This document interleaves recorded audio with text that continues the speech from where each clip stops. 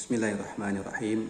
Alhamdulillahirabbil alamin. Allahumma salli wa sallim ala nabiyyina Muhammad wa ala alihi wa sahbihi ajma'in. Ada sebuah kisah yang terdapat di dalam kitab Sahih Imam Muslim yang diceritakan oleh Rasulullah sallallahu alaihi wasallam. Kata Nabi, dulu ada seorang laki-laki, dia membeli tanah kepada temannya atau kepada orang lain. Kemudian setelah transaksi terjadi, maka si pembeli tanah ini menemukan di bawah tanah atau di dalam tanah yang dia beli dari orang tersebut, yaitu sebuah guci yang berisi emas. Maka ketika dia menemukan guci yang berisi emas, maka si pembeli tanah ini datang kepada si penjual tanah dan mengatakan bahwa dia sudah membeli tanah dari si penjual dan dia menemukan di bawah tanah atau di dalam tanah itu ada guci berisi emas. Maka kata si pembeli, ambillah guci yang berisi emas tersebut, wahai penjual tanah, karena yang aku beli dari dirimu hanyalah tanahnya saja, tidak termasuk apa-apa yang berada di dalamnya. Maka karena kejujuran si pembeli ini, maka si penjual menolak. Kata si penjual tanah ini kepada si pembeli, aku telah menjual tanahku kepada dirimu beserta apa yang ada di dalamnya. Berarti guci yang berisi emas itu adalah milikmu dan hakmu.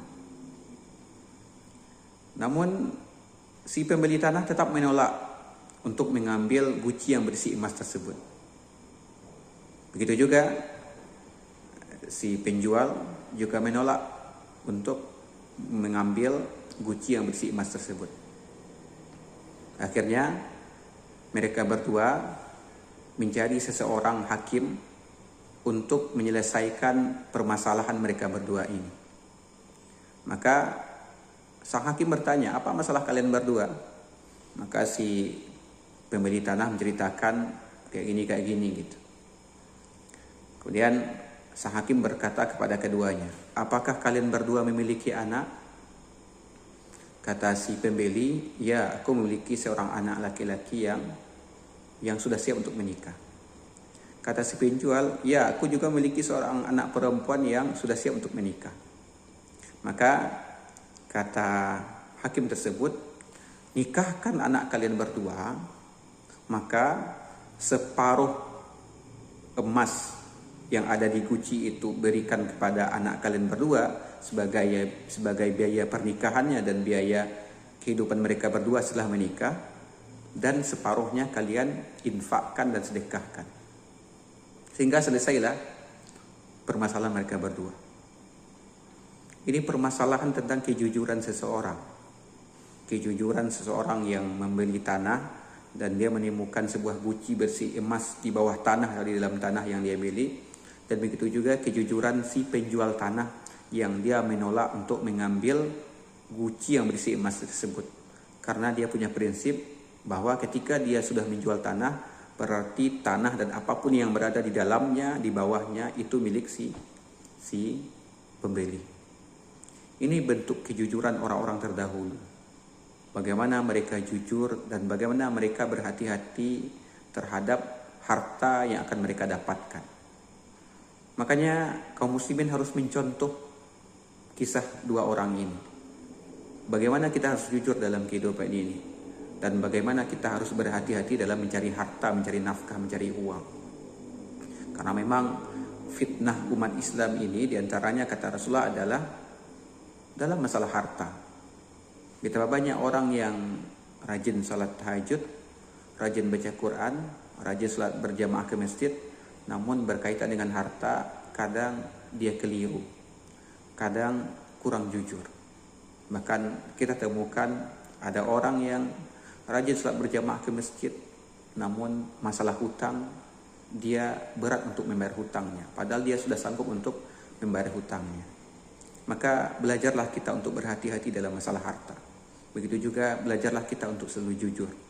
Dalam sebuah hadis sahih riwayat Imam Muslim diantaranya, kata Rasulullah SAW, "Alaikum bisidqi, fa inna sidqa yahdi ilal birri, wa innal birra yahdi ilal jannati, wa innar rajula la yataharra bisidqi hatta yuktabu indallahi siddiqan." Kalian harus selalu berlaku jujur, kata Nabi. Karena kejujuran itu akan mengantarkan kepada kebaikan, dan kebaikan dari kejujuran itu akan mengantarkan kepada surga.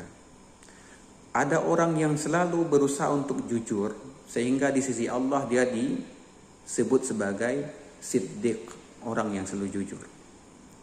Dan Nabi juga mengingatkan, wa iyyakum wal kaziba, jauhilah berdusta. Fa innal kaziba yahdi ilan nar, yahdi ilal fujuri, karena kedustaan itu akan mengantarkan kepada dosa. Wa innal fujura yahdi ilan nari, dan dosa yang disebabkan oleh kedustaan itu akan mengantarkan orang ke dalam neraka. Wa innar rajula la yataharra bil kizbi hatta yuktabu indallahi kazzaban. Ada orang yang terbiasa berkata dusta, maka di sisi Allah dia dicap sebagai kazab, orang yang selalu pendusta, orang yang selalu berdusta. Maka belajarlah kita jujur dalam kehidupan ini, apalagi berkaitan dengan hak orang lain, apalagi berkaitan dengan harta, nafkah, uang yang kita miliki. Mudah-mudahan menjadi cerita hikmah bagi kita dan bisa kita ambil pelajarannya. Fa'tabiru ya ulil absar la'allakum turhamun.